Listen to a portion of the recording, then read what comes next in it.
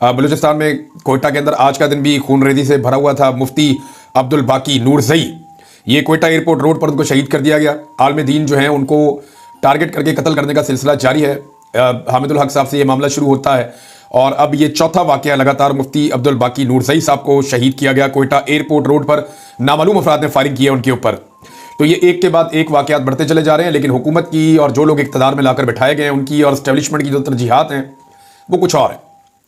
यानी इस वक्त जब दहशतगर्दी का माहौल है, लोग अपने प्यारों की लाशें दफन कर रहे हैं और पाकिस्तान की सरजमीन जो है वो खून आलूद है, कब्र की मिट्टी भी गीली नहीं हुई साने जाफर एक्सप्रेस वालों की, और साथ ही नौशकी के ऊपर एक बड़ा खौफनाक अटैक हुआ है।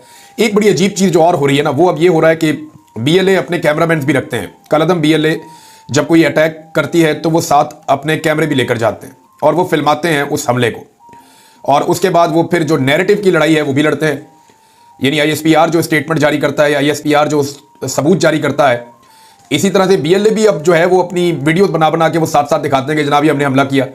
मिसाल के तौर पे ये जो नौशकी में बस के ऊपर अटैक किया गया, वो मुमकिन तौर पे कुछ वीडियोस सर्कुलेट कर रही हैं और ये दावा किया जा रहा है कि ये उसी बस की वीडियोस हैं, और मुमकिन तौर पे ये उसी बस की वीडियोस हैं जिसके ऊपर हमला किया गया है। धमाके की बाकायदा वीडियो बना के दूर से और उसको फिर पोस्ट किया गया या उसको फैलाया गया।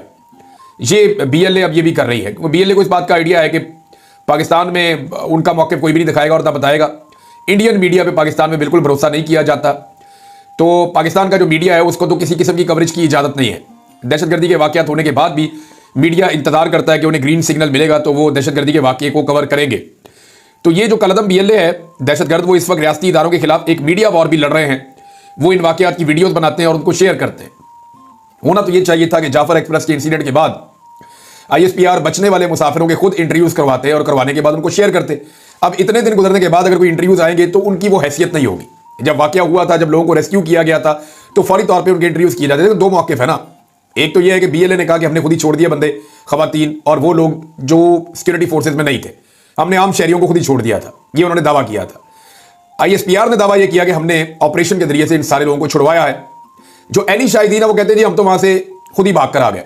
कुछ ये कहते हैं कि हमें छोड़ दिया गया, कुछ ये कहते हैं कि जब ऑपरेशन चल रहा था, लड़ाई हो रही थी दोनों तरफ की, तो हमें मौका मिला स्केप करने का, वहां से निकल के भाग कर आ गए। तो ये अलग अलग मौक़िफ़ हैं। अब ISPR को इसके ऊपर एक बेहतर हिकमत अमली के साथ आना चाहिए था। उनके पास माशाल्लाह बहुत बड़ा बजट है, बहुत बड़ा सेटअप है, बहुत बड़ा सिस्टम है, तो उन्हें ज़्यादा बेहतर अंदाज में काउंटर करना चाहिए था। अगर कोई प्रोपेगेंडा वो समझते हैं उनके खिलाफ हो रहा है, या जो एक मीडिया वॉर चल रही है उनके खिलाफ, जिसको वो मादी में 5th जनरेशन वॉर कहते थे, तो इस पर उनको बेहतर तरीके से आना चाहिए था।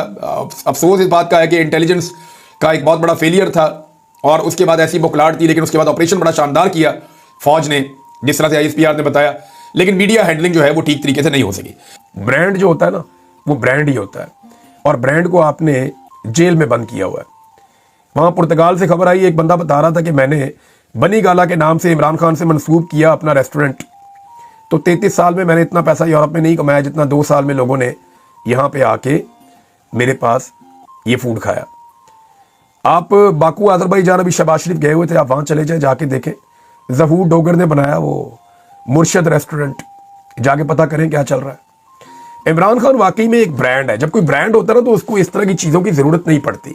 और ये सोशल मीडिया का दौर है, आप अरबों रुपया करोड़ों रुपया इश्तिहारात में खर्चते चले जाएं, कोई फ़र्क नहीं पड़ेगा।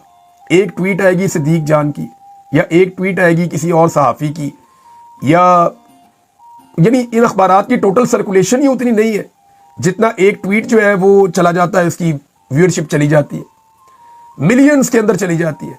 पाकिस्तान के तमाम अखबारात मिलकर उतनी दफा नहीं छपते जितनी एक ट्वीट बाद औकात एक सहाफ़ी की जो है वो छप जाती है और हर तरफ चली जाती है।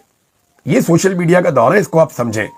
करोड़ों रुपए ज़ाया करें, अरबों रुपए ज़ाया करें, जो मर्जी करें, आप आवाम को बेवकूफ़ नहीं बना सकेंगे। ये आप मेरे से लिख कर रख लें, आज नहीं तो कल आप पछताएंगे।